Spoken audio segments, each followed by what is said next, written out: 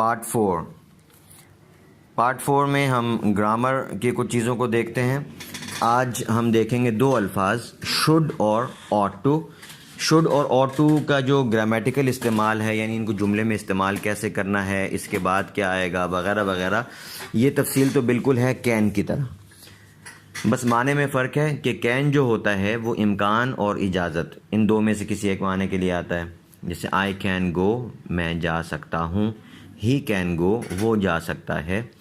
یہ جو شوڈ اور ought to ہے، یہ جو ہے آپ کہنا چاہتے ہیں نا کہ آپ کو یہ کام کرنا چاہیے، آپ کو وہاں جانا چاہیے، آپ کو اس سے بات کرنی چاہیے. ان دونوں کا مطلب یہی ہے، شوڈ کا بھی اور ought to کا بھی. یہ جو دوسرا لفظ ہے OUGHT، اس کو ہم پڑھیں گے ought to. تو اس میں سبجیکٹ آئے گا، سبجیکٹ کے بعد شوڈ یا ought to، ان میں سے کوئی ایک چیز آئے گی، اور اس کے بعد ورب کی جو ہم پہلی فارم ابھی تک پڑھ رہے ہیں وہ لگا دیں گے آپ. پھر آپ کے پاس آبجیکٹ ہے، آبجیکٹ کے بعد جگہ ہے پلیس، اس کے بعد وقت ہے ٹائم، وہ آپ لگائیں گے جو ہم پہلے پڑھ چکے ہیں.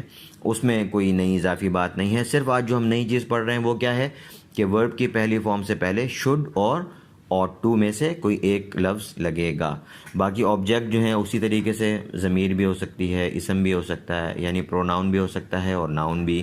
اگر ناؤن ہے تو اس کے ساتھ آپ بہت ساری چیزیں لگا سکتے ہیں. آپ ایڈجیکٹو لگا سکتے ہیں، آپ دس دیٹ دیز دوز یعنی ڈیمانسٹریٹو پروناؤنس لگا سکتے ہیں. آپ اس کے ساتھ مائی، آور، یور، دیئر جو پوزیسو ایڈجیکٹیوز ہیں وہ بھی لگا سکتے ہیں. دو ملا کر بھی لگا سکتے ہیں کہ ڈیمانسٹریٹو پروناؤن بھی ہو، دس دیٹ بھی ہو اور ایڈجیکٹیو بھی ہو، وغیرہ وغیرہ. وہ ہم نے دہرا لیا ہے. نیچے ایگزامپلز ہیں، ایگزامپلز آپ دیکھیں، اس میں بات کافی واضح ہو جائے گی. You should encourage your students. You should encourage your students. آپ کو اپنے طلباء کی حوصلہ افزائی کرنی چاہیے. We ought to discourage the criminals. ہمیں مجرموں کی حوصلہ شکنی کرنی چاہیے. You should honour your teacher. آپ کو اپنے استاد کی عزت کرنی چاہیے. We should stay in shallow water.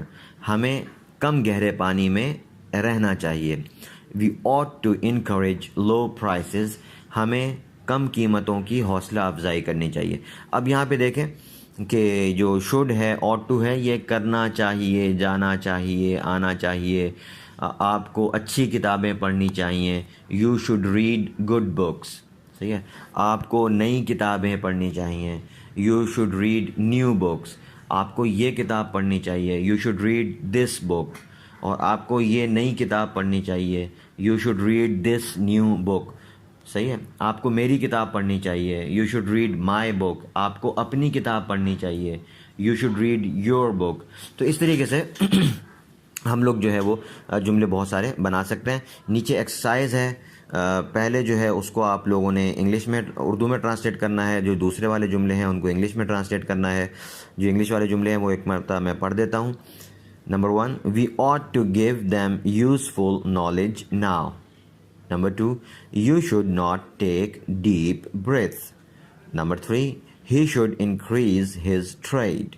Number 4, you should kill the harmful insect.